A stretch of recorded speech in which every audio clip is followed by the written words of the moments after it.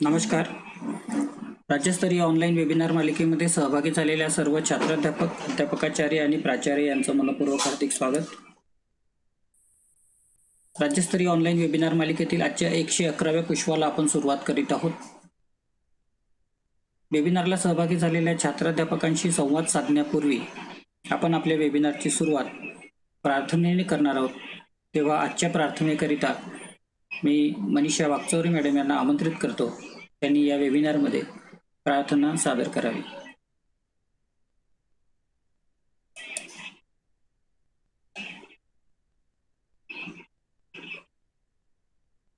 Thank you sir. मला पुन्हा एकदा प्रार्थनेची संधी दिली त्याबद्दल खूप खूप धन्यवाद. हमको मन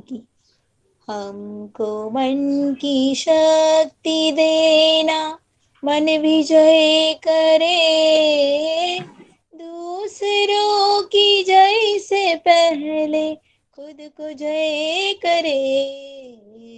हमको मन की शक्ति देना, भेदभाव अपने दिल से साफ कर सके, दोस्तों से भूल हो तो माफ कर सके, झूठ से बचे रहे, सच कदम भरे, दूसरों की जय से पहले खुद को जय करे.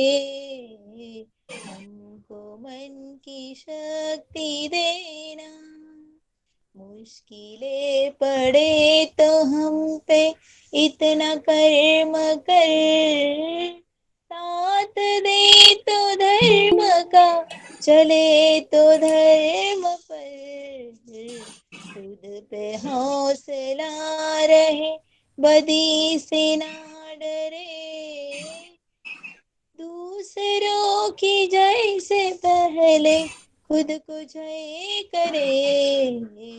हमको मन की शक्ति देना. थँक्यू. धन्यवाद मनीषा मॅडम. राज्यस्तरीय ऑनलाईन वेबिनार मालिकेमध्ये सहभागी झालेल्या सर्वांचं पुनश्च एकदा मनपूर्वक हार्दिक स्वागत. आजचा आपल्या राज्यस्तरीय ऑनलाईन वेबिनार मालिकेचं 111वं पुष्प आणि या 111व्या पुष्पामध्ये मागील 10 महिन्यांपासून आपण जी वेबिनार मालिका चालवत आहोत त्यामध्ये DLED अभ्यासक्रमावर आधारित वेबिनार मालिका, त्यानंतर व्यक्तिमत्व विकासावर आधारित, त्यानंतर विद्यार्थ्यांकरिता प्रश्नपत्रिकांचं विश्लेषण आणि स्पर्धा परीक्षेच्या दृष्टीने TETचं मार्गदर्शन. आज आपण विद्यार्थ्यांच्या व्यक्तिमत्व विकासा संदर्भात आणि सध्याची जी कोरोना कालावधीमधली जी परिस्थिती आहे त्या विषयाशी अनुषंगाने आज आपण आपल्या वेबिनारचा जो विषय आहे अतिशय आगळावेगळा विषय आपण आजच्या वेबिनारमध्ये घेतलेला आहे. विषय असा आहे की दिल, दोस्ती आणि दुनियादारी. या विषयाच्या संदर्भात आपल्याशी संवाद साधण्याकरिता कोल्हापूरवरनं समुपदेशनाचं काम करणाऱ्या, 2006 पासून समुपदेशक म्हणून काम करणाऱ्या, ज्यांचं काम करण्याचं क्षेत्र हे मुलं, स्त्रिया, पालक इतकंच नव्हे तर ओल्ड एजेस असणारे वयोवृद्ध व्यक्ती, त्यांच्या संदर्भात फिजिकल, मेंटली हेल्थ, एज्युकेशनल या संदर्भात त्यांचं रिसर्चचं काम सुरू असतं. त्यांचे काही मॉडेल्स तयार झालेले आहेत. उदाहरणार्थ भावनांच्या हिंदोड्यावर, विवेकी पालकत्व, संवादे गाऊ अनांदे, शिस्त, कौशल्य आणि तंत्र, सामाजिकीकरण, चला समजून घेऊया, माध्यमांचा प्रभाव आणि प्रभावी वापर, कळी उमलताना आणि ज्ञान रचनावाद, अशा प्रकारचं त्यांचं मॉडेल्स आणि त्यावर ते आधारित समुपदेशनाचं काम करत आहेत. NGOमध्ये सुद्धा 2006 पासून त्यांचं कार्य सुरू आहे. अवनी, एकटी, बाल कल्याण संकुल यासारख्या NGOजमध्ये सध्या आपलं काम सुरू आहे. Non government member of inspection committee of the department of Kolhapur district child and women's welfare 2016 पासून आपण या ठिकाणी काम करतात. Working as a non government member of महिला लैंगिक अत्याचार निवारण समिती यामध्ये 2016 पासून आपलं कार्य सुरू आहे. स्वच्छ सुंदर शाहू नगरी या कचऱ्याची ऐशी तैशी या टायटलखाली आपण 2020 पासून काम करता आहात. Working as a resource person of state and national conference as guide for students at educational and societal institute 2008 पासून आपण या ठिकाणी काम करत आहेत. Child, woman, adult, old ages concerts ज्यांना मानसिक ताण येतो, एन्झायटी नावाची बिमारी आहे, काही डिप्रेशनमध्ये जात आहेत, काही होबीज प्रॉब्लेम्स ज्यांना आहेत, बरेच लोक सुसाईड करत आहेत. अशा प्रकारचे जे काही या समाजामध्ये समस्या निर्माण झालेल्या आहेत स्त्री पुरुष आणि स्पेशल विद्यार्थी यांना, तर त्या समस्यांवर मात कशी करता येईल याकरिता अतिशय ओजस्वी आपल्या वक्तृत्वाने समुपदेशनाचं कार्य करणाऱ्या आज आपल्या या वेबिनारमध्ये सहभागी झालेल्या बहुआयामी व्यक्तिमत्व ज्यांचं एम ए सायकॉलॉजी आहे, नेट एज्युकेशनमध्ये आहे, एम ए हिस्ट्री आहे, PGDPC सायकोलॉजिकल काउन्सिलिंग यामध्ये डिग्री पदवी प्राप्त केलेली आहे, एम.एड आहात, B.एडसुद्धा आहात. B.एडला आपला संस्कृत आणि इतिहास या 2 विषयांच्या अध्यापनाच्या पद्धती आपल्या होत्या. एम.ए संस्कृतमध्ये आपण पारंगत आहात. इतकंच नव्हे तर आपले काही रिसर्च पेपर्ससुद्धा पब्लिश झालेले आहेत. यामध्ये संशोधन लेखाचे प्रकाशन इन इंटरनॅशनल जर्नल शिक्षक मित्र यामध्ये आपला रिसर्च पेपर सबमिट झालेला आहे. 2012मध्ये application of research and technology to enhance teacher education for global education यासारख्या विषयावर आपण अचिव्हमेंट प्राप्त केलेलं आहे. अशा प्रकारची व्यक्तिमत्व आपल्याला फार कमी लाभत असतात. आज ज्यांनी आपल्याला वेळ दिलेला आहे, जे आपल्याशी संवाद साधणार आहेत, त्यांचं मी या ठिकाणी मनपूर्वक हार्दिक स्वागत करतो. त्या दुसऱ्या तिसऱ्या कोणी नसून उर्मिला चव्हाण मॅडम, जे आपली स्वतःची ओळख फक्त उर्मिला समुपदेशक म्हणून इतरांना व्हावी अशा प्रकारचं कार्य करतात. मी आजच्या या वेबिनारमध्ये उर्मिला चव्हाण मॅडम यांचं या वेबिनारच्या माध्यमातून मनपूर्वक हार्दिक स्वागत करतो. आणि आजच्या या वेबिनारला सहभागी झालेले छात्राध्यापक, अध्यापकाचार्य आणि प्राचार्य यांच्याशी आपण संवाद साधावा अशी मी आपणास विनंती करतो. आदरणीय उर्मिला चव्हाण मॅडम.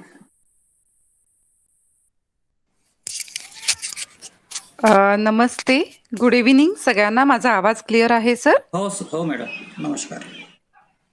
ओके. जर काही टेक्निकल ग्लिचेस वाटले तर मला सांगाल. Okay okay okay.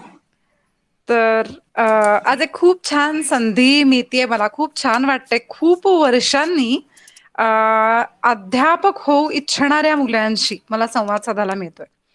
म्हणजे साधारण 5 वर्ष D.एड, B.एड आणि M.एड या मुलांच्या बरोबर प्राध्यापक म्हणून त्यांच्याशी संलग्न जेव्हा मी होते, तर मी खूप सुंदर अनुभव होते. आज थोडासा त्या आठवणींना उजाळा मिळाला. मला खूप आनंद आहे की आज आपण कोणत्या तरी वेगळ्या विषयावर बोलतोय, की जो फक्त आपल्याला एक माणूस म्हणून घडवेल असं नाहीये. तर त्या अनुषंगानं अध्यापक म्हणून काय आहोत आपण, किंवा कशा पद्धतीनं आपली वाट चालवायला पाहिजे याबद्दल आज आपण चर्चा करणार आहे. सगळ्यात महत्वाचा लेक्चर घेणं हा प्रकार फारसा मी करत नाही. आपलं सगळं चर्चात्मक अंगाने चालणार आहे. तर तुम्हा सगळ्यांचा सहभाग मला अपेक्षित आहे चॅटबॉक्स थ्रू. ओके, तुम्हाला जर काही प्रश्न असतील तर तुम्ही चॅटबॉक्समध्ये टाईप करू शकता. तुमची उत्तरं सुद्धा तुम्ही चॅटबॉक्समध्ये देऊ शकता. तर आजच्या सेशनला सुरुवात करूया. मी आयोजकांचे पण आधी पण आभार मानते की त्यांनी अशा छान ज्याला आपण म्हणू की उद्याची पिढी घडवणाऱ्या मुलांच्या बरोबर काम करणाऱ्या अशा मुलांशी आज माझी गाठ घालून दिली, की ज्यांच्या बरोबर छान चर्चा आज होईल. आणि अर्थातच मुलं तुम्हीही मला सांगाल की याच्यातून नक्कीच काहीतरी निष्पन्न होणार आहे. ओके, तर आज आपण आपल्या सेशनला सुरुवात करूया. मी माझी स्क्रीन शेअर करतेय.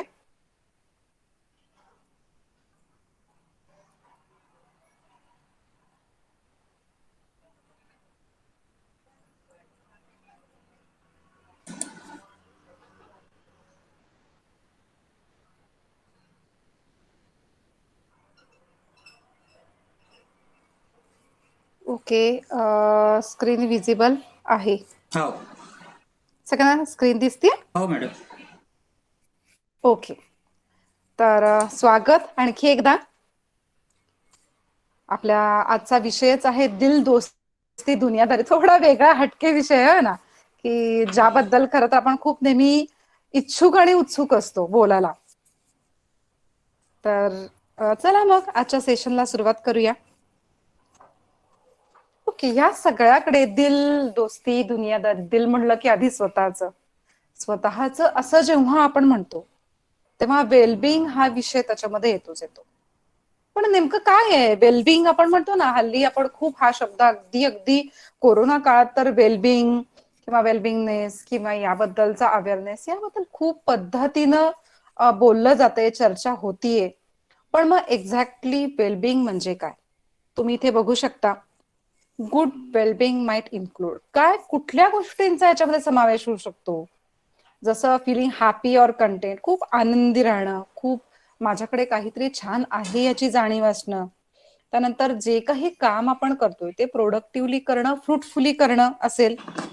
त्यानंतर making a contribution to the community, जसे आपण हो घातलेले शिक्षक कम्युनिटीसाठी काम करतोय, बरोबर.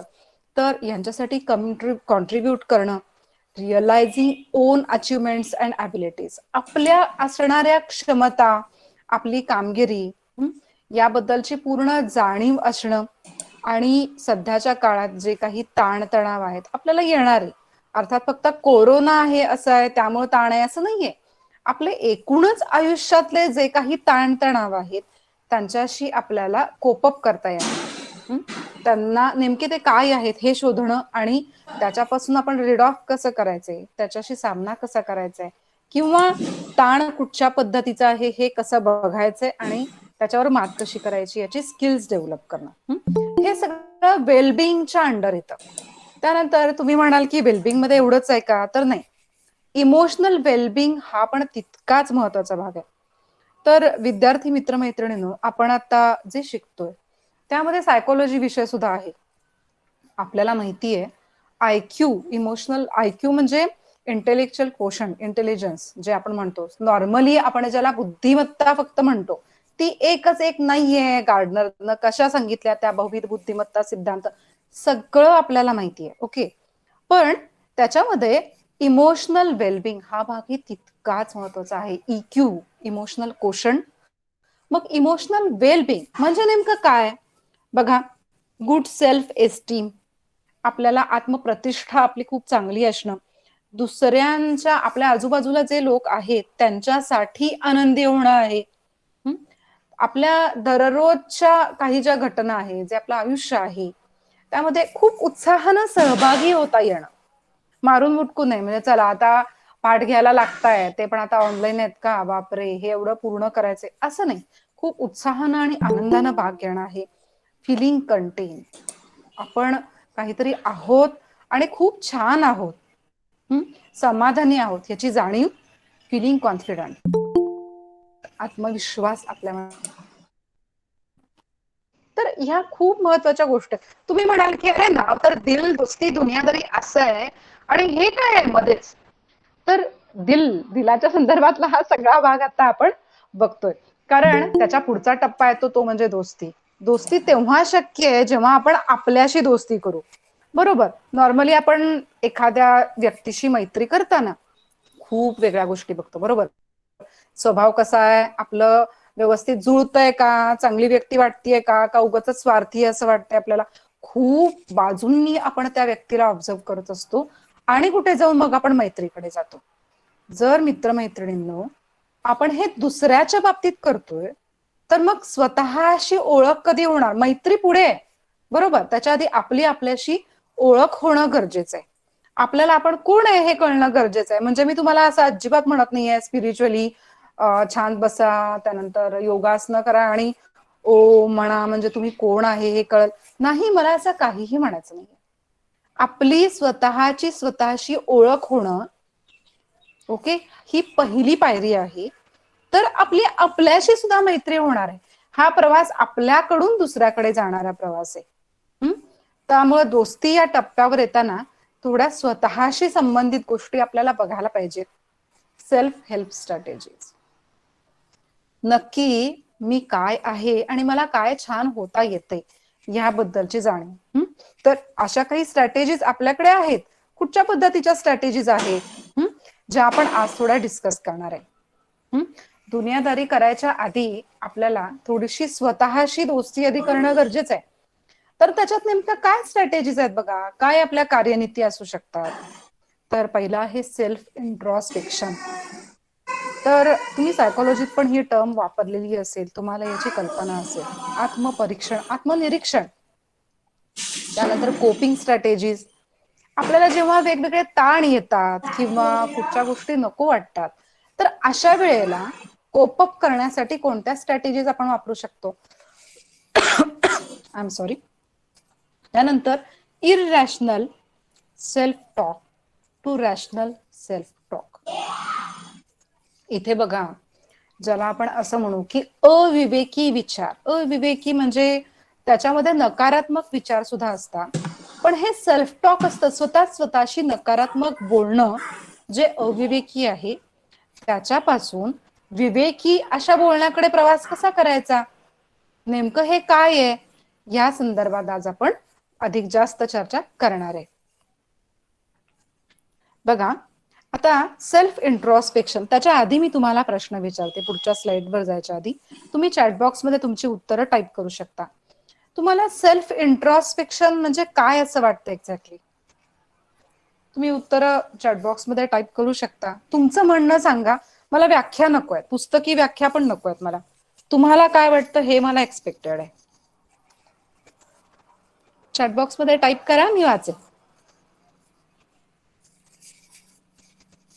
ओके, बहुतेक तुम्ही लिहित असाल असं मी गृहीत धरते आणि थोडं स्पष्टीकरण सुरू करते. स्वतःचा परिचय बरोबर, त्यातला एक भाग येऊ शकतो. Ashwini, very good. ओके, एक तरी उत्तर मिळतंय. सेल्फ इंट्रॉस्पेक्शन, स्वतः आत्मपरीक्षण किंवा निरीक्षण असं आपण त्याला म्हणतो. येस, स्वतःचं मत मांडणे. प्रीती, माधव, येस, माधवी, सॉरी, योगेश एक लिहिले तुम्ही, मला एक्झॅक्टली लक्षात नाही आलं तुम्हाला काय म्हणायचंय, पण बाकी बरोबर आहे. स्वॉट अनालिसिस, ओके. रुपाली, स्वतःचा स्टडी, ओके. रुपाली, येस, स्वॉट अनालिसिस ही कॉन्सेप्ट सुद्धा आपल्याला जी इंजिनिअरिंग मधून आली आहे, पण आपल्याकडे अगदी छान आपण ती वापरतो. बरोबर आहे. स्वतःशी परिचय हा पहिला टप्पा आहे, पण निरीक्षण, परीक्षण, तर सेल्फ इंट्रोस्पेक्शन ही आपण एक म्हणूया की आपण छान असण्याची गुरुकिल्ली आहे. सेल्फ इंट्रोस्पेक्शन, विचारणे आणि संवाद. बरोबर मनीषा, व्हेरी गुड. स्वतःला काही प्रश्न विचारणे, आपण काय आहोत हे बघणं आणि संवाद साधणं स्वतःशी. तर सेल्फ इंट्रोस्पेक्शन ही इसेन्शियल की टू युअर वेलबिंग. आपल्या वेलबिंग साठी अतिशय, ज्याला गुरुकिल्ली हा शब्द मी वापरलाय, खूप महत्वपूर्ण गोष्ट आहे. उदाहरण बघा, मी तुम्हाला आपलंच एक उदाहरण देते की ज्या वेळेला समजा आपले पाठ चालू आहेत आणि त्यावेळेला आपला सगळेजण सांगतात बघा, खूप छान झाला, मस्त शिकवतेस. आपल्याला आतून कुठून तरी कळत असतं की काहीतरी मिसिंग आहे. अवगुणाची जाणीव, सुप्रिया, व्हेरी गुड. तर याबद्दल आपल्याला खूप वाटत असतं, काय मिसिंग आहे, मी काय केलं, म्हणजे मग मी आधी ते ऑब्जेक्ट दाखवायला पाहिजे होतं का. Yes Manisha, very good.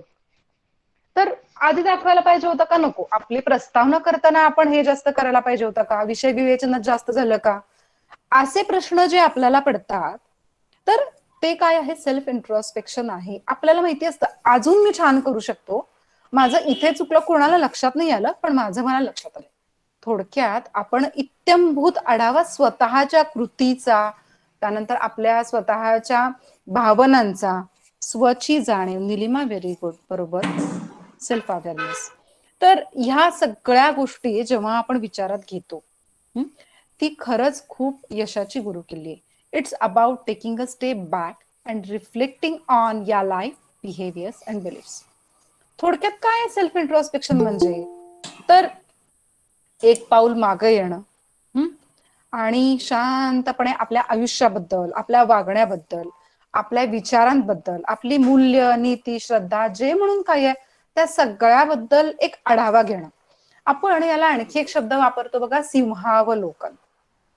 म्हणजे म्हणतात बघा की सिंह पुढं चालतो, जात असतो आणि थोडस थांबतो आणि मागं वळून बघतो, अरे आपण किती अंतर चालून आलो, कुठल्या रस्त्यावरून आलो, आणखी काय करायला हवे. थोडक्यात काय, मागं वळून बघणं आणि आपल्या गोष्टींचा आढावा घेणं, या सगळ्या गोष्टी सेल्फ इंट्रोस्पेक्शन मध्ये येतात. तर self introspection is the key of self awareness. खूप जणांनी छान उत्तरं पण दिली आहेत बघा चॅट बॉक्स मध्ये, की सेल्फ अवेअरनेस, सेल्फ अवेअर असणं हा पण एक सेल्फ इंट्रोस्पेक्शनचा खूप महत्वाचा घटक आहे. त्यानंतर it allows us to look neutrally at our thoughts, feelings, emotions and actions.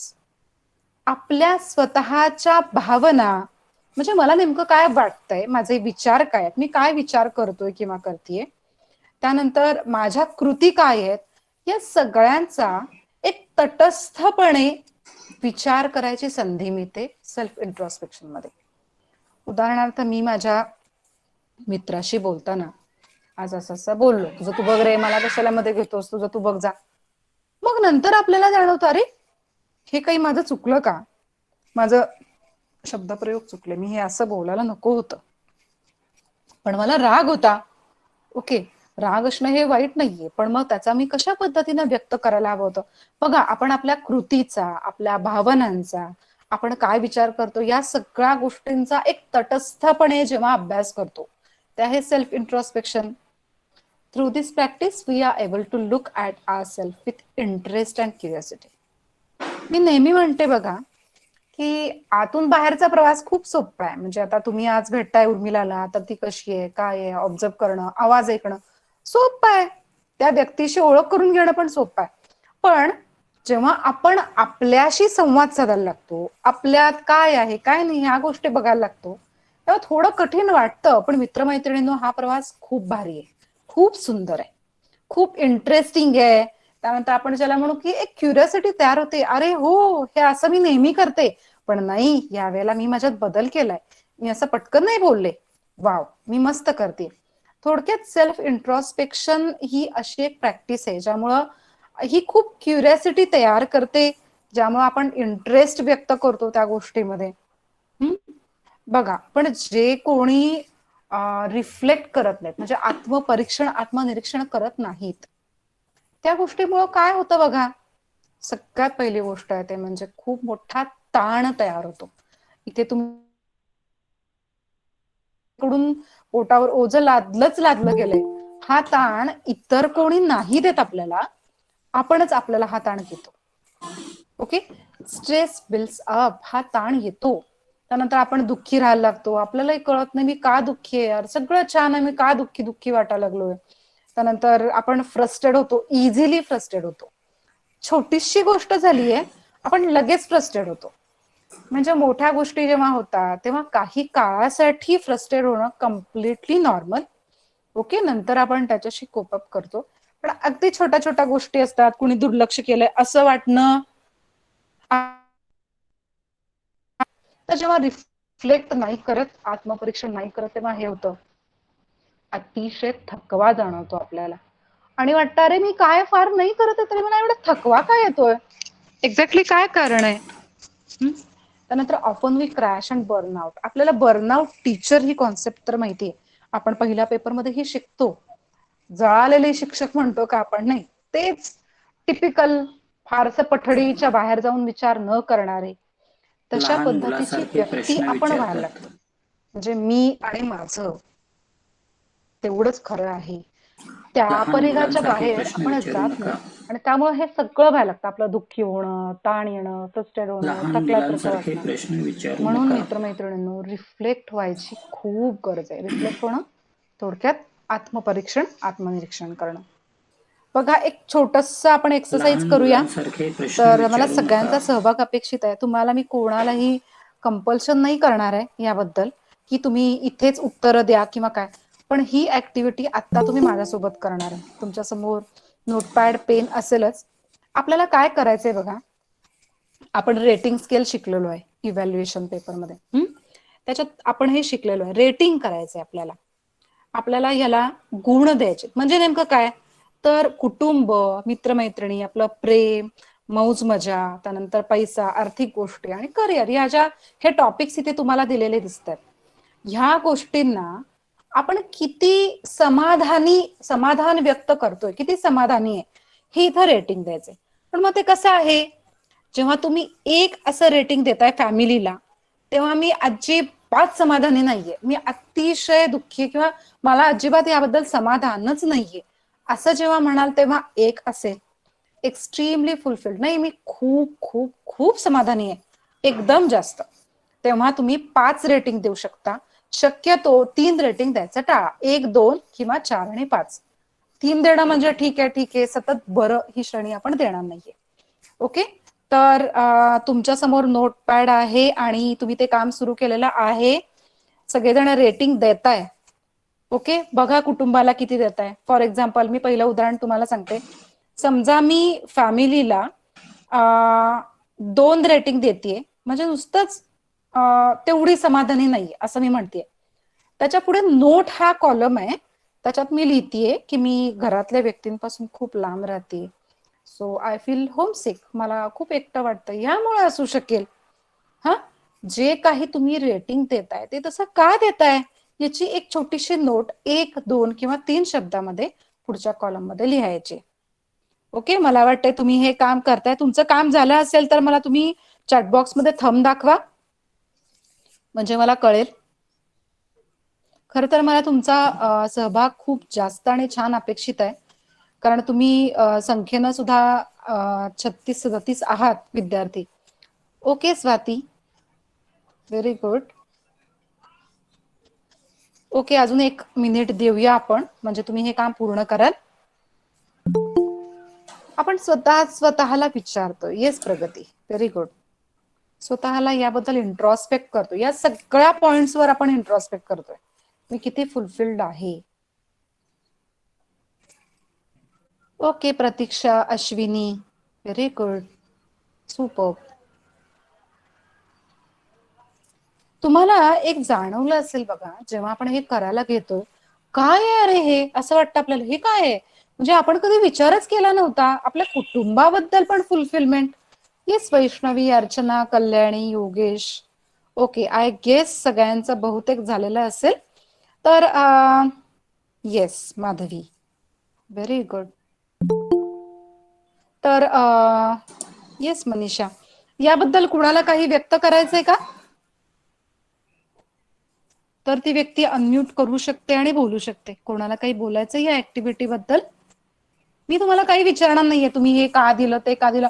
तुमचा अनुभव जर तुम्हाला स्वतःहून शेअर करायचा असेल तर तुम्ही करू शकता, किंवा एक काम करूया आपण, सेशन पूर्ण होऊ देत, शेवटच्या 10 मिनिटांमध्ये तुम्ही तुमची मतं व्यक्त करू शकता. ओके, आपण कंटिन्यू करूया, बेटर. बघा, या ऍक्टिव्हिटीचा उद्देश काय होता हे मी सांगते आणि मग पुढे जाऊया. आपण आपल्याबद्दल असा जेव्हा विचार करतो, yes Swati, Ashwini, thank you so much. जेव्हा आपण विचार करतो त्यावेळेला त्याच्या अनुषंगानं असणाऱ्या सगळ्या घटकांचा विचार पण आपण करतो. येस, तुमचे चॅटबॉक्स मध्ये मी मतं वाचते, व्हेरी गुड. येस, तर ह्यासाठी आपण ही ऍक्टिव्हिटी. आता दुसऱ्या एका पॉइंटवर आपण जातोय, ते आहे कोपिंग स्ट्रॅटेजी. आपल्याला येणारे वेगवेगळे ताण तणाव आहेत, तर ह्या तणावाशी सामना करण्यासाठीच्या कोपिंग स्ट्रॅटेजी. ओके, आता मला मात्र याच्यात भराभर उत्तर अपेक्षित आहेत. तुम्ही चॅटबॉक्स मध्ये तुमची उत्तरं देऊ शकता. नेमका आपल्याला कोणत्या पद्धतीचा ताण येतो, किंवा आपण जरा रिफ्रेम करूया प्रश्न. ओके, ताणाची कारण नाही विचारत, कारण तुम्ही मला सांगाल कोरोना, लांब राहतो वगैरे.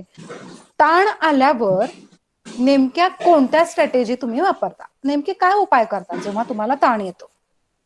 उदाहरणार्थ समजा मी फिरायला जात असेल, काही तुम्ही चॅटबॉक्स मध्ये देऊ शकता. Music, very good Shweta.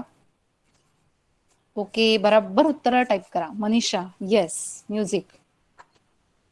Music is the therapy, right? Music खूप मस्त थेरपी. Yoga, very good Nilima. Music, wow. Listening music और sing, very good Madhavi, super.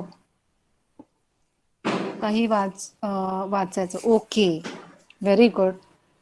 वाचन, TV, music, dance, sharing, okay, sharing with perfect person, drawing, right कविता, very good, कविता लेखन असेल, त्या गोष्टी लिहिण्याचा प्रयत्न करणं, नेचरमध्ये जाणं, असं म्हणायचं बहुतेक मनीषा, की निसर्ग हा खूप मोठा स्ट्रेस बस्टर आहे.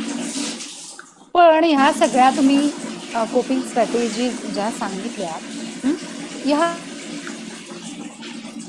स्ट्रॅटेजीज आपण वापरतो. काही वेळेला आपण बस सुद्धा होतो, बरोबर, काही चुकीच्या कोपिंग स्ट्रॅटेजीज पण वापरल्या जातात. त्या कशा पद्धतीच्या असतात? काही वेळेला आपण चिडचिड करतो, फेकाफेकी करतो, असे काही शब्द, अपशब्द नाही म्हणत मी, असे काहीतरी दुखावणारे शब्द वापरतो हे असेल, किंवा काही व्यक्ती आणखी गोष्टी वापरतात.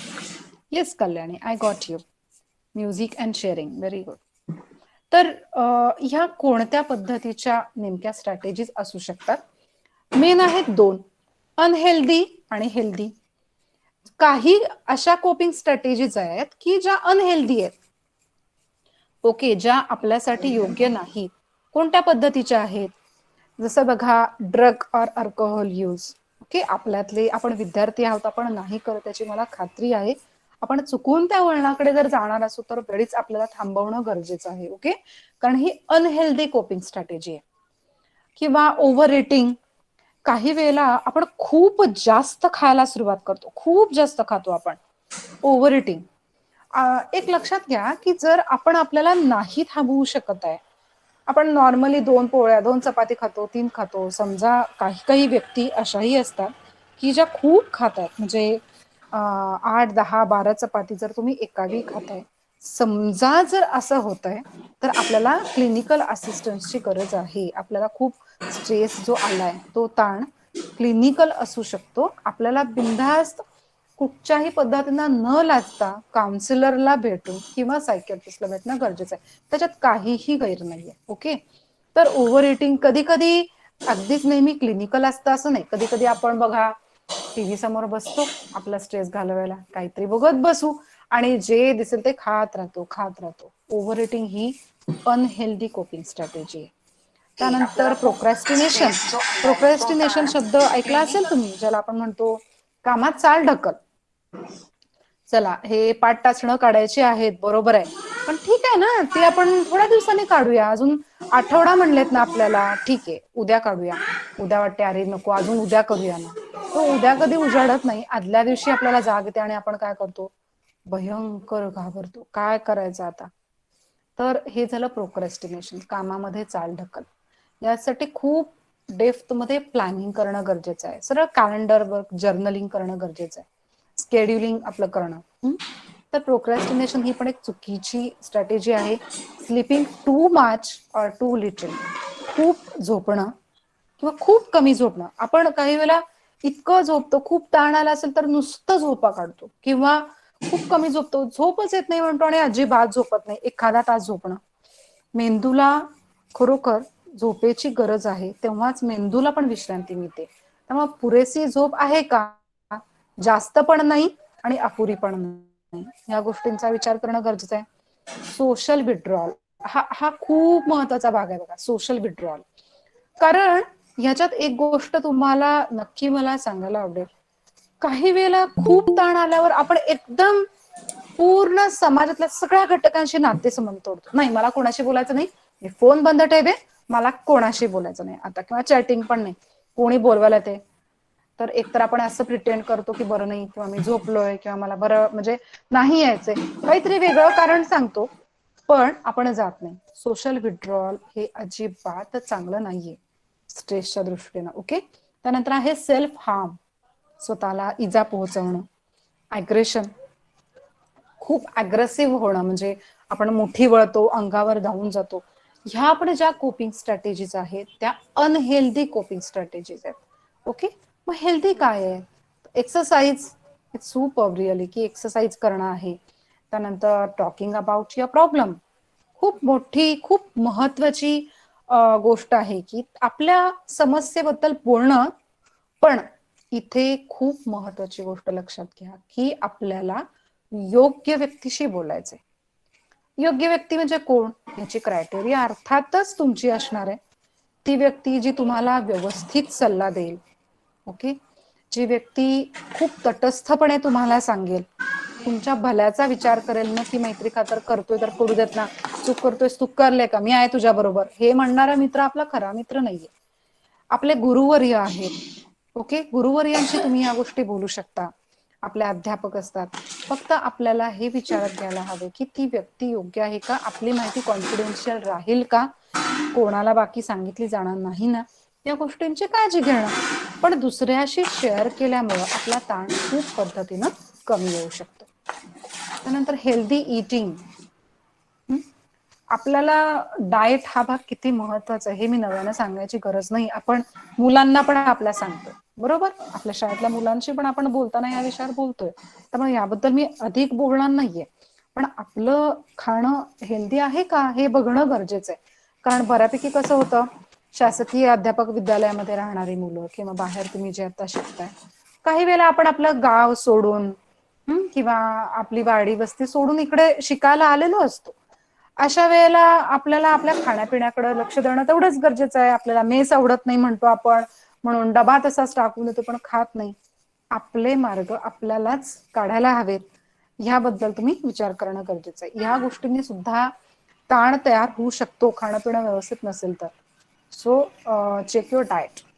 त्यानंतर सीकिंग प्रोफेशनल हेल्प, जे मी तुम्हाला मगाशी बोलले, एवढं करून ताण आपला नाही कमी येत आहे, न लाजता बिनधास्तपणे प्रोफेशनल हेल्प घेता यायला पाहिजे. काउन्सिलरशी बोला, त्याची मदत घ्या, किंवा सायकियाट्रिस्ट असतात. समजा आपल्याला क्लिनिकल नीड आहे असं वाटतंय, मेडिकेशनची गरज आहे, हे ते ठरवतात आहे नाही, ओके, थेरपेटिक प्रोसिजर गरजेची आहे, काउन्सिलिंग गरजेचं आहे का, क्लिनिकल असिस्टन्स गरजेचं आहे, याबद्दल आपण मदत घेणं गरजेचं आहे. त्यानंतर बघा, रिलॅक्सेशन टेक्निक्स. आपल्याला खूप गोष्टी आहेत रिलॅक्सेशन टेक्निक. खरं तर प्रत्येकाचे रिलॅक्सेशनच्या टेक्निक्स वेगळ्या असतात. पण नॉर्मली ज्या सांगितल्या जातात, योगा, प्राणायाम, निसर्गामध्ये थोडं बघणं, छान हिरवगार बाहेर बघणं, किंवा ज्याला आपण म्हणू शकतो थोडं चालायला जाणं आहे. कुठच्याही गोष्टी, काही ना स्वयंपाक करणं ही पण रिलॅक्सेशनची टेक्निक असू शकते. Okay, it's completely up to you. तुमचं रिलॅक्सेशनच्या टेक्निक काय आहेत, ओके, तुमच्या पर्सनॅलिटीवर डिपेंड आहे. So you need to find out your technique. काय आहे बाबा, नेमकी कुठल्या पद्धतीची टेक्निक मी वापरू शकतो किंवा वापरू शकते, मला काय सूट होत आहे, मित्राला होत आहे म्हणजे मला सूट होत आहे असं नाही. ओके, त्यानंतर आहे problem solving. Yes, already we are learning, आपण शिकतोय मानसशास्त्रामध्ये. प्रॉब्लेम सॉल्व्हिंग, समस्या निराकरण. ओके, नेमके प्रश्न कशा पद्धतीनं सोडवायचे. काही वेळेला आपल्या त्या स्ट्रॅटेजीज पण चुकतात आणि त्यामुळं ताण तयार होतो. त्यामुळे हेल्दी कोपिंग स्ट्रॅटेजी ती आहे जेव्हा आपण थोडं पेपर वर्क करू किंवा नेमका प्रॉब्लेम काय आहे हे शोधू आणि ते सोडवण्यासाठी काय काय उपाय असू शकतात, 1 2 3 4 ABC प्लॅन आहे. ए प्लॅन नाही वर्कआउट होत तर बी आहे, बी नाही तर सी आहे, याबद्दल विचार करणं. तर या होत्या अनहेल्दी हेल्दी स्ट्रॅटेजीज. हा भाग बहुतांशी तुमच्या लक्षात आला असेल. तुमच्या लक्षात आला असेल तर फक्त मला चॅट बॉक्स मध्ये थंब दाखवा, म्हणजे मला लक्षात येईल तुम्हाला हा भाग समजतोय. ओके, आणि तोपर्यंत शैलेश सर आपण एक करूया, समजा कोणाचे प्रश्न जर पडतात तर फक्त तुम्ही प्लीज नोट डाऊन करून घ्या, म्हणजे आपल्याला शेवटी एकत्र सगळ्यांचे प्रश्न घ्यायला बरं पडेल. हो, ठीक आहे. Okay, thank you sir. Nilima, Asmita, yes, very good, you are getting me. Thank you. Swati, yes. Kalyani, thank you. Vaishnavi, yes. Archana, Ashwini, very good, yes. So तुमच्यापर्यंत पोहोचतंय मला काय म्हणायचं. ओके, थोडा लिमिटेशन येत आहे म्हणून मी तुम्हाला मध्ये मध्ये विचारते. विधी, प्रगती, येस, व्हेरी गुड. आता आणखी एक वर्कशीट आहे, पण ही मी इथे नाही घेणार आहे, ही टेक अवे ऍक्टिव्हिटी आहे. मनीषा, योगेश, येस. तर मी तुम्हाला सांगू शकते की तुम्ही याचा स्क्रीनशॉट घ्या. येस. प्रणोती, मयुरी, येस. याचा स्क्रीनशॉट घेऊन ठेवा. मी फक्त तुम्हाला याचं एक्सप्लेन करून सांगेन, हे तुम्ही नंतर करू शकता. ऍक्टिव्हिटी दिवांत करा, आज रात्री करा जेव्हा समोर कोण नाहीये. Yes, taken, very good. Janhavi, Santosh, yes. बघा काय करायचंय आपल्याला याच्यामध्ये, तर आपल्याला पहिल्यांदा describe a problem you are currently dealing with. सध्याच्या काळात आपल्याला भेडसावणारा कोणताही जो प्रश्न आहे, काहीतरी प्रत्येकासमोर प्रश्न आहेत हो ना, तर आता नेमका काय प्रश्न आहे तो आपल्याला डिस्क्राईब अ प्रॉब्लेमच्या खाली जी लाईन आहे तिथे लिहायचं आहे. ओके, तुम्ही प्रिंट काढा, नाही तर तुमचं तुम्ही नोटवर सरळ आखून घ्या, मस्तपैकी वहीत आखून घ्या आणि छान पद्धतीने लिहून काढा की डिस्क्राईब अ प्रॉब्लेम, आपला तो प्रॉब्लेम काय आहे हे लिहून काढणं. मग दुसरा मुद्दा आहे, येस मनीषा, दुसरा मुद्दा आहे माय अनहेल्दी कोपिंग स्ट्रॅटेजीज. मी त्या प्रश्नाला सामोरं जाताना जे काय मला आता प्रॉब्लेम भेडसावतोय त्यासाठी नेमक्या योग्य नसणाऱ्या, म्हणजे आपण ज्याला अयोग्य म्हणतो, अशा कुठल्या कोपिंग स्ट्रॅटेजीज मी वापरते. उदाहरणार्थ समजा मी हर्टिंग वर्ड्स वापरते, मी खूप चिडचिड करते, दुखावलं जातात दुसऱ्या व्यक्ती, किंवा मी फेकाफेकी करते असेल, किंवा काहीही असेल, ज्या अनहेल्दी योग्य नसणाऱ्या अशा कोपिंग स्ट्रॅटेजीज आहेत त्या लिहून काढायच्या बिंदास, कोणी हे बघायला तर येणार नाहीये. ओके, त्यामुळे खूप प्रामाणिकपणे हे सगळं काम आपल्याला करायचंय. दुसरा मुद्दा आहे consequences of unhealthy coping strategies. त्या अनहेल्दी कोपिंग स्ट्रॅटेजीचा परिणाम नेमका काय झाला, म्हणजे समजा मी खूप चिडचिड करून मित्र किंवा मैत्रिणीला अदवा तदवा बोललो, कसं पण वाईट पण मी बोलले, समजा खूप चिडून बोलले, काही बोलले, त्यामुळे काय परिणाम झाले, मित्रमैत्रिणी दूर गेले, माझ्यावर लेबलिंग करायला लागले, मला टाळायला लागलेत, माझ्याशी बोलायचं बंद झाले. ज्या म्हणून काही गोष्टी आहेत, जे म्हणून काही परिणाम आहेत ते आपल्याला ते लिहून काढायचे. त्यानंतर पुढचा मुद्दा आहे बघा, healthy coping strategies I use or कुड यूज. अशा कुठल्या हेल्दी कोपिंग स्ट्रॅटेजीज आहेत ज्या मी वापरू शकते किंवा शकतो. कुठच्या ऍक्टिव्हिटीज आहेत अशा नेमक्या. उदाहरणार्थ तुम्ही मगाशी जसं म्हणलेलात योगा असेल, किंवा समजा प्रॉब्लेम आहे मित्रमैत्रिणींवरून असेल तर शांतपणे बोलणं ही पण एक स्ट्रॅटेजी होऊ शकेल. आपली मतं काय आहेत हे शांतपणे पण उघडपणे त्या व्यक्तीला स्पष्ट करून सांगणं ही ऍक्टिव्हिटी असू शकेल, काही असेल. So what ever the coping strategy, हे आपल्याला 1, 2, 3 इथे वेगवेगळ्या कोपिंग स्ट्रॅटेजीज लिहायच्या ज्या मी वापरते किंवा वापरू शकते. त्यानंतर expected outcomes of healthy coping strategies. Expected outcomes काय आहेत हेल्दी कोपिंग स्ट्रॅटेजीचे, म्हणजे मला नेमकं अपेक्षित काय आहे. जर मी असं केलं, जर मी शांतपणे माझ्या मैत्रिणीशी बोलले की माझी चूक झाली किंवा अशा पद्धतीने हे करतेय मी, काही असेल, तर त्याच्यातून काय निष्पन्न होईल असं मला वाटतंय ते इथे लिहायचंय. आणि तिसरा मुद्दा आहे barriers to using healthy coping strategy. ठीक आहे, मी ठरवलं, भयंकर आयडियल आहे, एकदम मस्त, अरे पण काही अडचणी येऊ शकतात, तर त्या कोपिंग स्ट्रॅटेजी ज्या चांगल्या आहेत त्या वापरताना काय अडचणी येऊ शकतात त्या अडचणी इथे लिहून काढायच्या आहेत. ओके, सो ही आपण ज्याला म्हणूया सेल्फ इंट्रोस्पेक्शनचीच एक ऍक्टिव्हिटी आहे. खरं तर आपण स्वतःला आपल्या कोपिंग स्ट्रॅटेजीज विचारतोय की एक्झॅक्टली त्या काय आहेत, कशा पद्धतीने आपण वापरतोय, योग्य आहेत का अयोग्य आहेत. ओके, मला वाटतं तुम्हाला ही वर्कशीट नक्की आवडलेली असेल, ज्यातून तुम्ही नक्की रिफ्लेक्ट कराल स्वतःची मतं, स्वतःचे विचार. पुढे लास्ट मध्ये आपण याच्याशी बोलूया. आता मी तिसऱ्या आणि शेवटच्या खरं खूप महत्वाच्या मुद्द्याकडे येते. Irrational negative self talk. Yes Swati, thank you so much. Irrational negative self talk to rational self talk. तुम्ही 2 माणसं बघताय चित्रामध्ये, एक आहे तो खूप गुंता झालेला म्हणतो बघा असा आहे, आणि दुसरीकडे तोच माणूस दाखवलाय, येस अर्चना, की जो खूप व्यवस्थित पद्धतीनं विचार करू शकतोय. नेमकं हे काय आहे, मुळात हे शब्द काय आहे त्याची तुम्हाला थोडी जाणीव असेल, फक्त मी थोडं रिपीट करेन. इररॅशनल, ज्याला आपण अविवेकी विचार म्हणतो, म्हणजे ज्याला काही बेसच नाहीये ज्या विचारांना, असे विचार. निगेटिव्ह, नकारात्मक, असे स्वतःशी स्वतः आपण जे काही बोलतो नकारात्मक, ते पासून विवेकी स्वतःशी बोलणं. ह्या संकल्पनेच्या आधी मला एक छोटी दुसरी संकल्पना सांगायची, ती आहे अँट. तुम्ही चित्रात बघताय मुंगी दिसते, ज्याला आपण अँट म्हणतो. ह्यालाच सायकोलॉजीमध्ये आम्ही ऑटोमॅटिक निगेटिव्ह थॉट्स असं म्हणतो. ऑटोमॅटिक आपले कुठलेही कंट्रोल न राहता सतत चालू असणारे ओके निगेटिव्ह थॉट. सतत आपण काही ना काहीतरी नकारात्मक विचार करत असतो. मी वाईटच आहे, मी अशीच आहे, मी तशीच आहे, मला एवढं धड बोलता आलं नाही, मला तसं करता आलं नाही, ती किती छान आहे, मी अशी आहे, मी तशी आहे. ओके, सतत चाललेले नकारात्मक विचार हे अगदी मुंग्यांसारखे असतात बघा. आपल्या सगळ्यांना माहिती मुंग्यांचं वारूळ तुम्ही बघितलं असेल. एक मुंगी बाहेर ती एकटी येत नाही, अख्ख्या वारूळातल्या सगळ्या मुंग्या लाईननं बाहेर येतात. त्यामुळे लेखक पण अशा उपमा देतात की मुंग्यांच्या वारुळासारखे एका पाठोपाठ दुसरे विचार जोडून जोडून जोडून यायला, बरोबर ना. तर अशा पद्धतीचे विचार आपल्या मनात चालू राहतात. अशा वेळेला आपल्याला स्वतःला काही प्रश्न विचारायचे. काय असू शकतात? उदाहरणार्थ identify those automatic negative thoughts. पहिली स्टेप आहे. असे विचार नेमके काय आहेत? मी स्वतःशी काय निगेटिव्ह बोलती आहे? ओके, सरळ लिहून काढणं, न लाजता लिहून काढणं.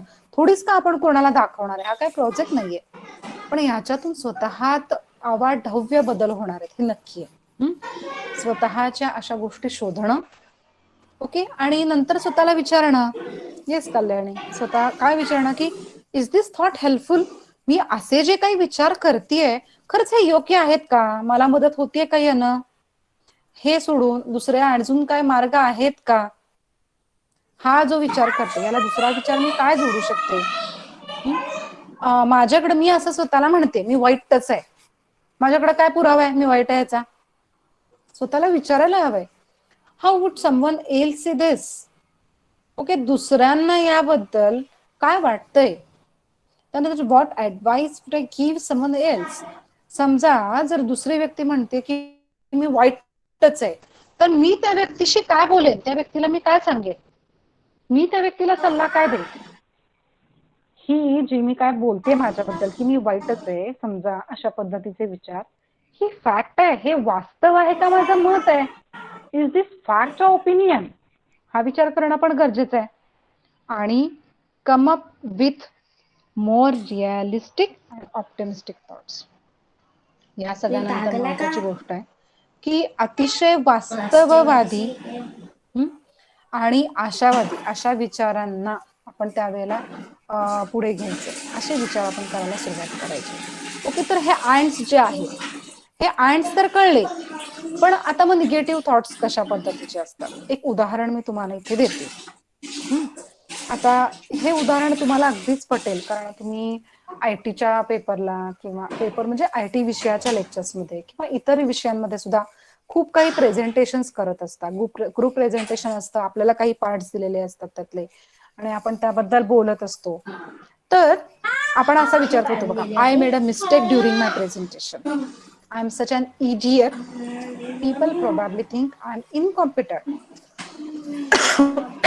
सॉरी.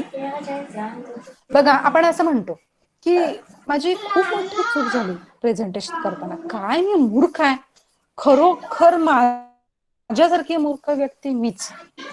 लोक काय विचार करतील माझ्याबद्दल, केवढा खुशारक्या मारतोय, हे ते, आणि काय स्वतःला येतंय काय, मी काय कॉम्पिटंट नाहीये, मी काय योग्य व्यक्तीच नाहीये.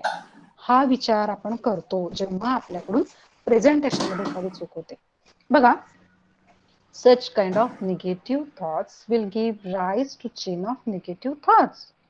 अशा पद्धतीचे जे नकारात्मक विचार असतात त्याच्यातून दुसरा निगेटिव्ह विचार येतो, त्याच्यातून तिसरा, ही अशी पूर्ण चेन तयार होते. Okay, that chain of negative thoughts leads to anxiety cycle. विनाकारण आपल्याला एन्झायटी येते. एन्झायटी येते म्हणजे आपल्याला नेमकं काय होतं त्यावेळेला, नाही नाही नाही माझं चुकतच आहे, मी वाईटच आहे, खूप खूप एन्झायटी, म्हणजे आपल्याला उठून उभा राहायला तरी धडधडायला लागतं, पोटात गोळा येतो, असा घाम फुटायला लागतो, चक्कर आल्यासारखं व्हायला लागतं.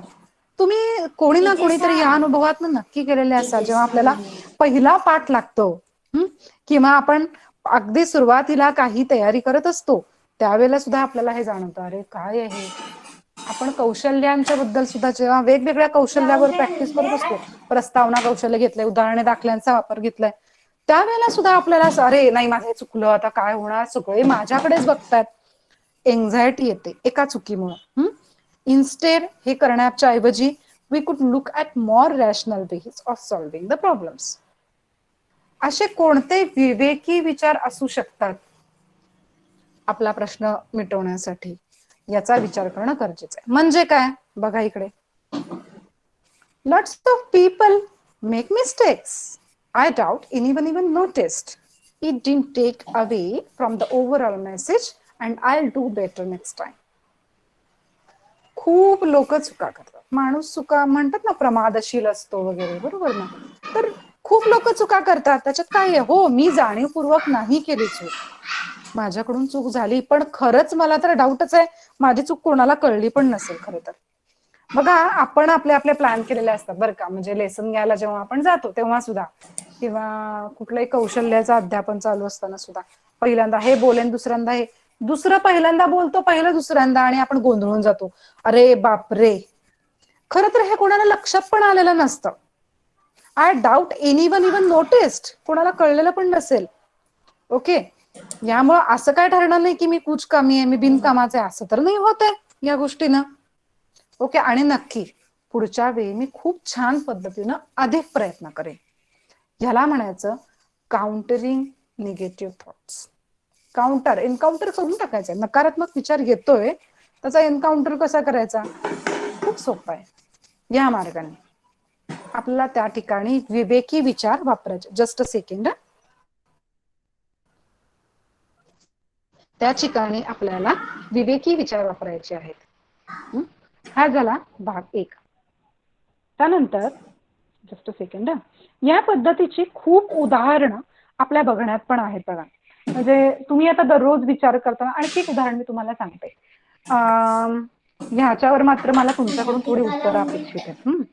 पहिला आहे बघा, समजा असं लक्षात येते आपण आपल्या स्कूलमध्ये कॉलेजमध्ये गेलोय आणि नेहमी छान आपण जेव्हा गुड मॉर्निंग म्हणतो तेव्हा हसून आपले प्राध्यापक सुद्धा आपल्याला येस गुड मॉर्निंग म्हणताय किंवा कसं आहेस विचारतायत, काहीतरी विचारतायत. आज म्हणजे आपण गुड मॉर्निंग म्हणलं तरी सुद्धा न थांबता सर निघून गेले तिथून. हा झालेला प्रसंग आहे. ओके, यानंतर आपल्या मनात कुठल्या पद्धतीचे विचार येतात, कोणी माईक ऑन करून सांगू शकेल किंवा चॅट बॉक्स मध्ये पण उत्तर देऊ शकेल. ओके, लक्ष नसेल हे त्यांनी तुमच्याकडे बघितलंय, माझं काही चुकलं का श्वेता, बरोबर. हा मयुरी काय म्हणलात, आणि एकदा रिपीट कराल प्लीज. इग्नोर केला असतील सरांनी असं वाटू शकते. हा, मला इग्नोर केलं, काय इग्नोर केलं असेल, माझी काय चूक झाली आहे का काय, बापरे. मला मग मी आठवायला सुरुवात करणार, बरोबर ना, माझी काहीतरी चूक झालीये. आणि आपलं लक्ष लागतं का कशात, कोणत्या गोष्टीत अपसेट असतील. ओके, हा रॅशनल विचार झाला. Very good Ashwini. मग आपण काय करतो, हे सगळे विचार करत राहतो, माझंच काहीतरी चुकलं असणार, सर कधीच असं करत नाहीत, आणि का बरं असं केलंय, काय झालं नेमकं, माझ्याकडून काय चूक झालीये, माझ्याबद्दल कुणी कान भरवलेत का, माझं काय चुकलं, ये संतोष. असे खूप विचार यायला लागतात. मग आपण काय करतो, दिवस कसा बसा काढतो, नाहीच राहवत, आपल्याला अगदी लाडके सर असतात, आणि मग आपण काय करतो की डायरेक्टली आपण सरांकडे जातो आणि माझंच काहीतरी झालं असेल, काहीतरी चाललं असेल, बरोबर. तर आपण काय करतो, सरांकडे जातो आणि सरांना विचारतो, सर कशी आहात. सर मानवर पण बघतात, हा ठीक आहे, काय झालं, काय म्हणतोस. नाही सर, माझं काय चुकलंय का. तर सरच विचारतात, अरे का असं काय विचारायलास. नाही सर, सकाळी तुम्ही ना नेहमीसारखं माझ्याशी बोलला नाहीत ना, असं एकदम मला वाटलं की माझी काय चूक झाली का काय. सर म्हणतात, अरे आय एम सो सॉरी, नाही सकाळी ना मला ते जरा रिपोर्ट पाठवायचे होते रे, त्या घाईत होतो मी, माझं लक्ष नव्हतं तुझ्याकडं. ओके, पण बाकी काय नाही, अरे छे तू करतोयस व्यवस्थित, आणि चुकलं तर मी सांगेन ना तुला. टेन्शन होतं असं पण आपण म्हणू शकतो, बरोबर अर्चना, मला टेन्शन होतं म्हणतील, किंवा काहीतरी अपसेट होतो, जे असेल तर रिझन सांगतील. तर बघा, आपले हे निगेटिव्ह थॉट्स चालू राहतात, याला आपण काउंटर कसं करू शकतो. काहीतरी टेन्शन मध्ये असतील, काही वेगळा विचार असेल, पण आपण आपल्यावरच या गोष्टी घेतो. तर अशा वेळी लक्षात घ्यायला पाहिजे, एकतर सामोरं जाणं, आपण सगळ्यांना माहिती आहे फाईट, फ्राईट किंवा फ्लाईट, हे 3 मोड आपले नेहमी ऑन असतात. एकतर सामना करणं, घाबरणं किंवा पळून जाणं. पळून जाणं पण काही वाईट नसतं, प्रत्येक वेळेला वाईट नसतं. समोर काहीतरी खूप धोकादायक गोष्ट आहे आणि पळून जाणं चुकीचं आहे म्हणून तिथेच थांबला तर आपला हकनाक जीव जातो, बरोबर. फ्लाईट गोष्ट सुद्धा काही वेळेला योग्य असते, फ्लाईट सुद्धा योग्य असते. आपण कुठच्याही वेळेला रॅशनली कसा विचार करतोय हे महत्वाचं आहे. ओके, तर ह्या गोष्टी ज्या होत्या दुनियादारीत शिरायच्या आधी दिल दोस्ती या गोष्टी खूप महत्वाच्या आहेत. ओके, त्यासाठी सेल्फ केअर, सेल्फ लव्ह खूप खूप खूप महत्वाचं आहे. स्वतःची काळजी घेणं, स्वतःवर प्रेम करणं. दुसऱ्यावर प्रेम नंतर करू ना आपण, जग पडलंय नंतर प्रेम करायला. आधी स्वतःची ओळख करून घ्यायला पाहिजे, मग स्वतःशी मैत्री करायला पाहिजे, मग मैत्रीच्या पुढचा टप्पा आहे की प्रेम, बरोबर. त्यामुळे स्वतःची ओळख कशी करून घ्यायची. Yes Kalyani, thank you so much. तर कशी ओळख करून घ्यायची हा पहिला टप्पा आहे. आज जे काही आपण बघितलं ते स्वतःच्या ओळख या टप्प्यामधलंच आहे. It's okay to seek help. जर तुमचा गोंधळ होतोय, काही गोष्टी गरजेच्या आहेत, मला सॉर्ट आउट नाही होतात वाटतं, बिनधास्तपणे न लाजता मदत घ्या. योग्य व्यक्तीची घ्या, इतकंच आहे की ज्या गोष्टी आपल्याला डायव्हर्ट करणार नाहीत, ज्या गोष्टींनी आपण योग्य मार्गाकडे वाटचाल करू. नाहीतर कोण जर असं सांगत असेल अरे काय नाही होत रे, एखादा घेऊन बघ काय होत नाही, ही योग्य हेल्दी कोपिंग स्ट्रॅटेजी नाही. त्यामुळे आपलं क्वेश्चन आन्सर सेशन ओपन होतंय. जस्ट अ सेकंड, माझं स्क्रीन शेअरिंग थांबवते.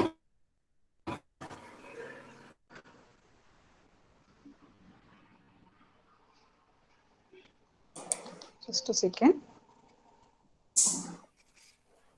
माझा प्रेझेंटेशनचा पार्ट तर पूर्ण झालाय. यात तुम्हाला अजून काही डाऊट्स असतील किंवा काही फीडबॅक, जे काही तुम्हाला बोलायचं ते बिंदास बोलू शकता. आपण शेवटचे एक 5-10 मिनिटाचे जे सेशन आहे ते यासाठीच ठेवतो की तुमच्याकडून काही प्रश्न असतील, बिंदास न लाजता तुम्ही टाईप करू शकता किंवा अनम्यूट करून तुम्ही विचारू शकता.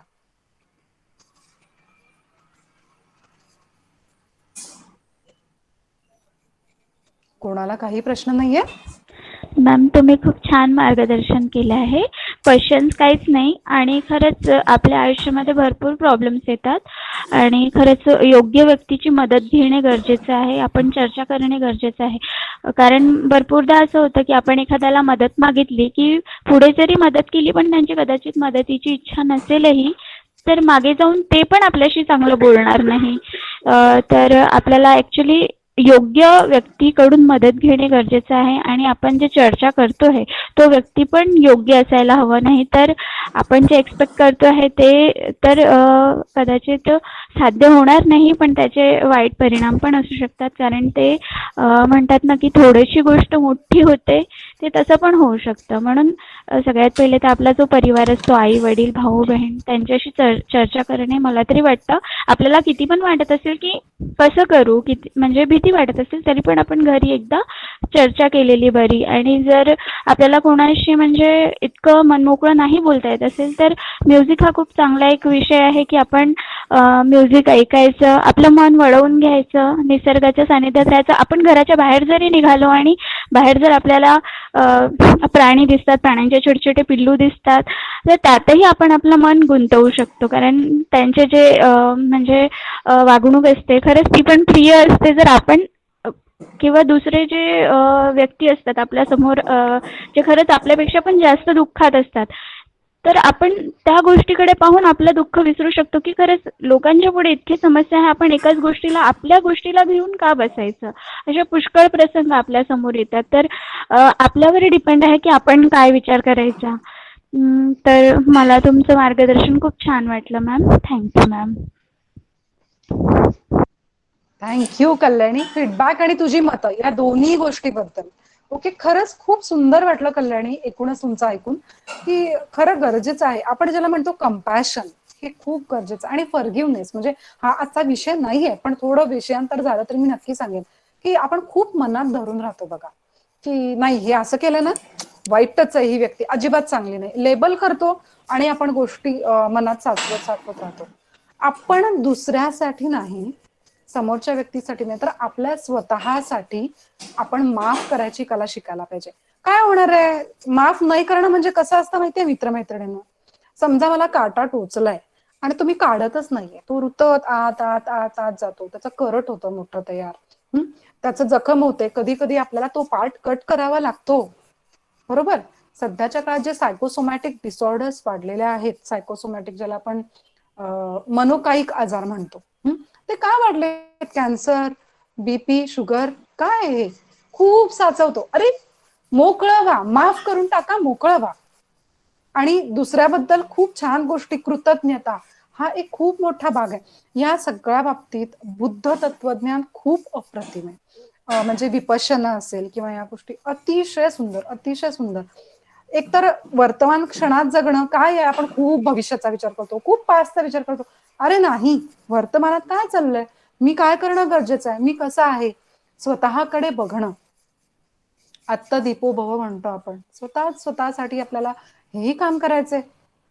त्यामुळं एकतर फॉरगिव्हनेस आणि दुसरी सगळ्यात महत्वाची गोष्ट याच्यामधली काय असेल तर कृतज्ञता व्यक्त करणं, ग्रेटफुलनेस. या पण 2 गोष्टी खूप मोठ्या आहेत आणि तुमचे भरपूर फीडबॅक्स येत आहेत खूप जणांचे. थँक्यू सो मच त्याबद्दल.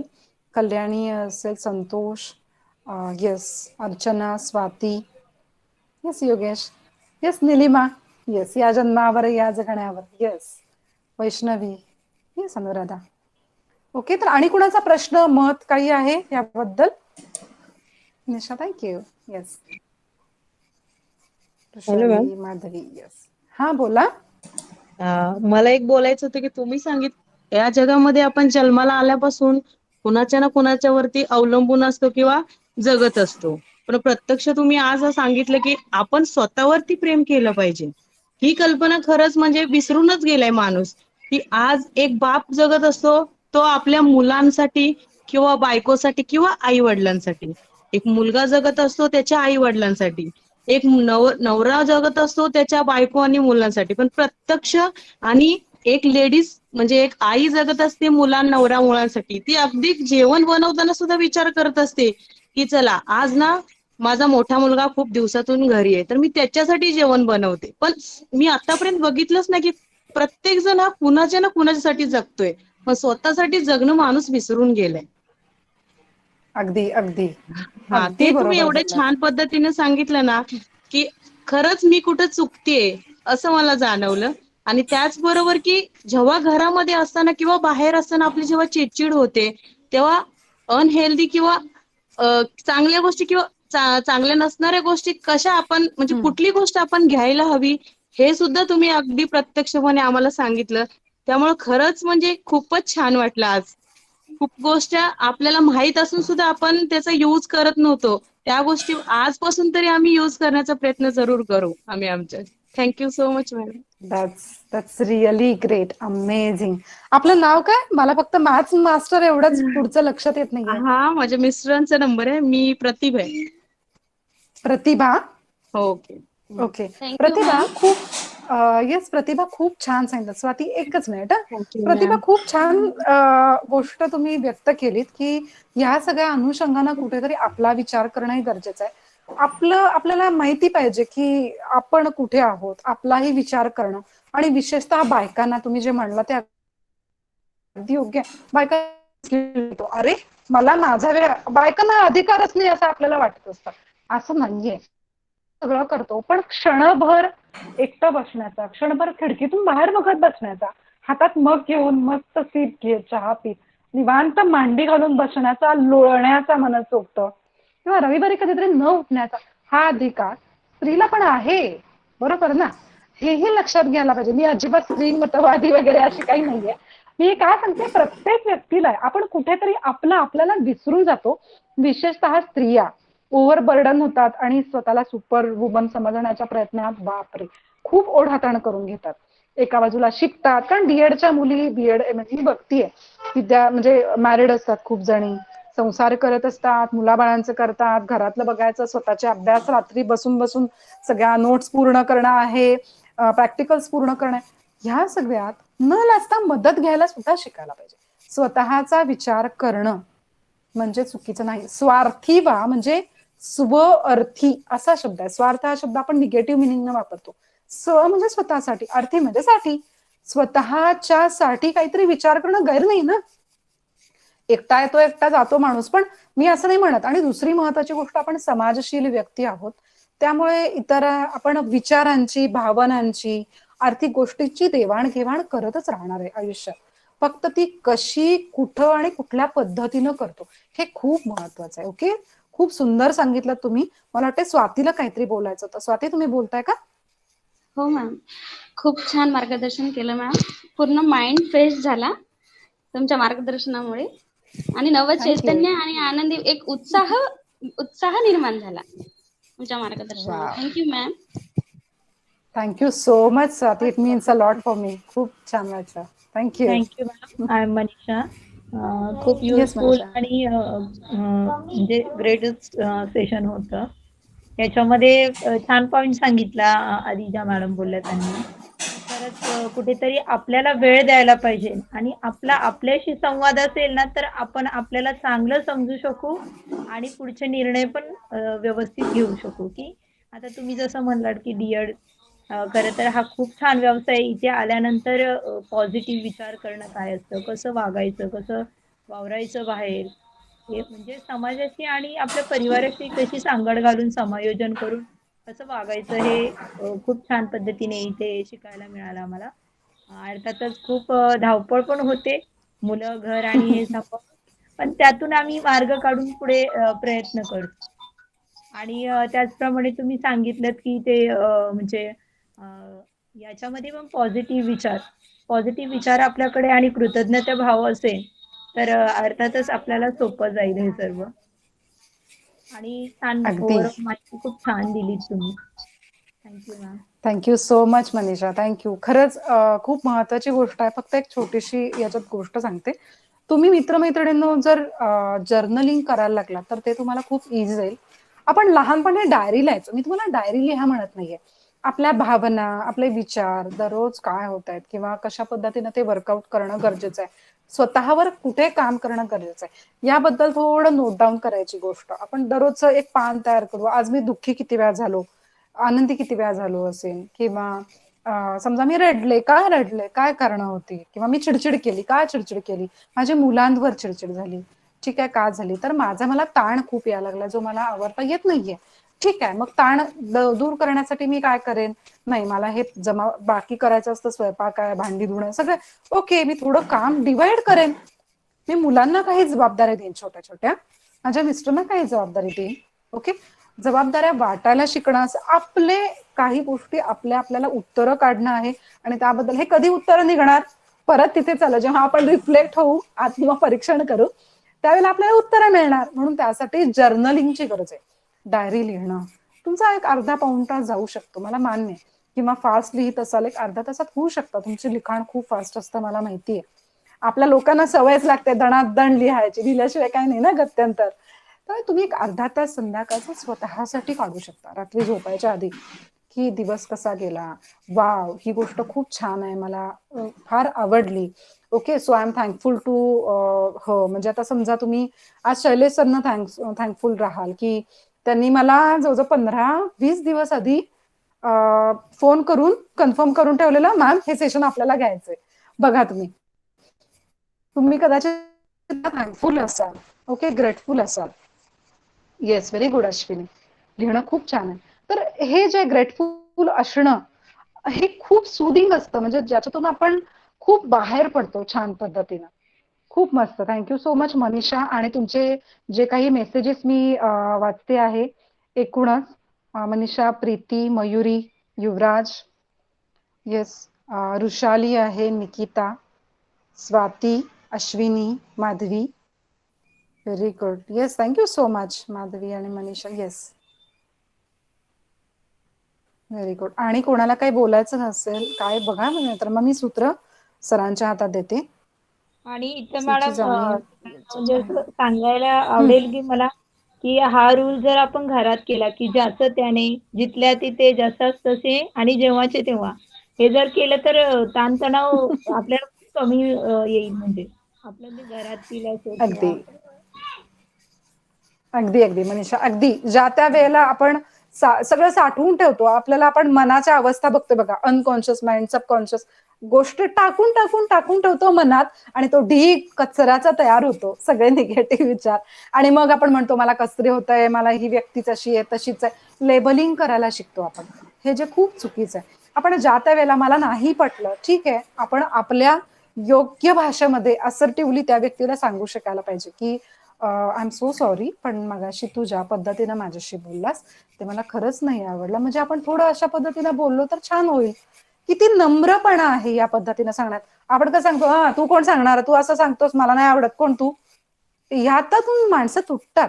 जेव्हा तुम्हाला न पटणं कम्प्लिटली नॉर्मल, व्यक्तिभिन्नता हा टॉपिक आपण शिकतोय, व्यक्तिमत्व आपण लेसन शिकतोय, त्याच्यात आपण या गोष्टी बघतो की व्यक्तिभिन्नता आहेच, जी राहणार आहे. कोणीही एकसारखं नाहीये, आपण युनिव्हर्सल आहे.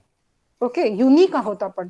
मग आपली मतभिन्नता असणार आहे, कुठे कोपअप करायचं, कुठे आपली मतं वेगळी आहेत हे छान पद्धतीनं सांगायचं, हे आपल्याला कळायला पाहिजे. ओके, सो आय गेस प्रश्न संपलेले आहेत. तर मी तुम्हा सगळ्या विद्यार्थी मित्रमैत्रिणींना मनापासून थँकफुल आहे खरोखर की आज सुंदर एक छान संधी मिळाली खूप वर्षांनी डीएडच्या मुलांच्या सोबत बोलायची. एक तर मी डीएडच्या मुलांची पण खूप कृतज्ञ त्यावेळेच्या, कारण पूर्ण 3 वर्ष रिसर्च करून एक रिसर्च पेपर तयार केलेला होता आणि त्या मुलांचं पर्सनॅलिटी डेव्हलपमेंटचं 10 दिवसाचा मॉड्यूल तयार केलेला. डीएडची मुलं खूप उत्साही असतात. म्हणजे जो सळसळता उत्साह आहे तो नेहमी डीएडच्या मुलांमध्ये बघायला मिळतो. मला खूप छान वाटलं. त्यामुळे तुम्हा सगळ्या विद्यार्थी मित्रमैत्रिणींचे तर मी आभारी आहेच, पण शैलेश गायकवाडचं ज्यांनी याचं आयोजन केलं आणि तुमच्यापर्यंत पण आले हे आणि माझ्यापर्यंत पण तुम्ही पोहोचलात, त्याची आपण एक मध्यस्थाची मुख्य भूमिका जी आहे ती त्यांनी पार पाडली. तर ते संयोजक आहेत, त्यांचे मी आभार मानते आणि दोन्ही ज्यांनी हा कार्यक्रम आयोजित केला त्यांचे मी आभारी आहे. धन्यवाद. याच्या पुढची सूत्र मी शैलेश सरांकडे देते. Thank you so much. धन्यवाद मैडम।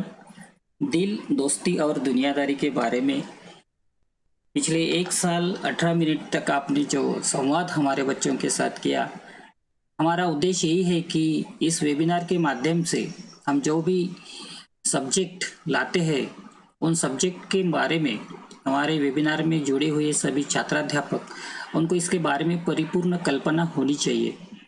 सिर्फ कल्पना नहीं होनी चाहिए तो उनके भावी जीवन में उन्होंने उसका इस्तेमाल करना चाहिए।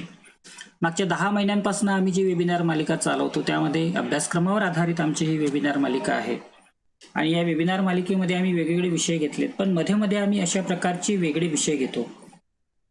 अभ्यासक्रमावर आधारित विषय घेतले तर मुलांना कंटाळा येतो आणि कदाचित ते मनातल्या मनात विचार करतात की काय हेच विषय, आम्ही तर त्याचा अभ्यास केलेलाच आहे, मग ते तर वाचतोच आहे। पण 16 नोव्हेंबरपासून यांची परीक्षा आहे आणि या परीक्षेची परिपूर्ण तयारी व्हावी म्हणून जास्तीत जास्त भर त्या विषयावर आम्ही देतो। मध्येच हा विषय मी घेतलेला आहे। वास्तविक पाहता या विषयाला थोडा उशीर झाला, आधीच हा विषय डोक्यामध्ये होता, पण या विषयावर चर्चा होणं, संवाद होणं, या विषयाबद्दलची माहिती विद्यार्थ्यांपर्यंत पोहोचणं ही मला काळाची गरज वाटली आणि काळाची गरज ओळखून मी या विद्यार्थ्यांपर्यंत या विषयाच्या माध्यमातून आपणास पोहोचवण्याचा प्रयत्न केला। या वेबिनारला सहभागी झालेले जास्तीत जास्त डीएड करणाऱ्या मुली आहेत। बऱ्याच अशा मुली आहेत की ज्या विवाहित आहेत, ज्यांची मुलं 10 ते 12 वर्षांची आहेत। मग आपण हा विचार करू शकतो की 10 ते 12 वर्षांची मुलं असलेल्या स्त्रिया जेव्हा डीएड करत आहेत तर त्यांना किती समस्या येत असतील। एक तर आपलं घर सांभाळणं, आपल्या मुलाबाळांना सांभाळणं आणि दुसऱ्या बाजूने शिक्षण सुद्धा घेणं, या सर्व समस्यांचा सामोरा करत करत हे शिक्षण क्षेत्रामध्ये अजूनही आपलं स्थान निश्चित करण्याचा प्रयत्न करत आहेत। आणि आपल्यासारखे प्रेरणादायी व्याख्याते जेव्हा यांच्यापर्यंत आम्ही पोहोचवतो तर निश्चितच यांच्यामध्ये नवचेतना, नवी ऊर्जा, नवा उत्साह, नवा संचार यांच्यामध्ये प्रेरित होतो आणि उद्याचा दिवस आमचा किती आनंदाचा जाईल यासाठी हे प्रयत्नशील असतात। आपण या विषयाच्या माध्यमातून मला एक गोष्ट खूप आवडली आणि ती म्हणजे माफ करणं। आयुष्यामध्ये माफ करायला खूप मोठी हिंमत लागत असते मॅडम। सहजासहजी व्यक्ती कुणालाही माफ करीत नाही। बरेचदा असं होतं जशास तसं अशा प्रकारची व्यक्तींची प्रवृत्ती असते, पण माफ करणे ही जी संकल्पना आहे ही संकल्पना आजच्या वेबिनारच्या माध्यमातून जे सहभागी झाले त्यांनी जर का आत्मसात केले तर मी निश्चित म्हणेन की आजचे वेबिनारचं हेच एक यश असेल. कारण बरेचदा खूप मित्राशी असो, कुटुंबातील व्यक्तींशी असो, जवळच्या व्यक्तीशी का असेना, आपले वादविवाद होतच असतात, भांडण होत असतात, तंटे होत असतात. पण अशा वेळेस आपल्याला माफ करणं अतिशय गरजेचं आहे. मी बरेचदा मी अध्यापक विद्यालयामध्ये काम करत असताना आमच्या अध्यापक विद्यालयामधले शिक्षकेतर कर्मचाऱ्यांमध्ये ज्यांना जे काम जमत नाही, त्यांना त्यांची ती जबाबदारी आहे, त्यांना ते काम आलं पाहिजे यासाठी जेव्हा प्रयत्न आम्ही करतो, पण ते जर त्याकडे दुर्लक्ष करत असतील आणि काम जर करत नसतील तर अशा वेळेस चिडचिड होत असते. मग चिडचिड झाल्यानंतर त्याचे परिणाम त्या समोरच्या व्यक्तीवर काही होत नाही, त्याचे परिणाम आपल्या स्वतःवर होतात. आणि याचा अनुभव मी प्रत्यक्ष घेतलेला आहे. या कोविड-19च्या कालावधीमध्ये मागच्या वर्षी अशाच प्रकारचा अनुभव मला आला आणि तिथूनच मी शिकलो की नाही, आपण स्वतः त्रास करून घेण्यात काहीही अर्थ नाही आणि दुसऱ्यांनाही त्रास देण्यात काहीही अर्थ नाही. आपला चेहरा नेहमी आनंदी असला पाहिजे आणि आपल्या बोलण्यातून नेहमी दुसऱ्याच्या चेहऱ्यावर हास्य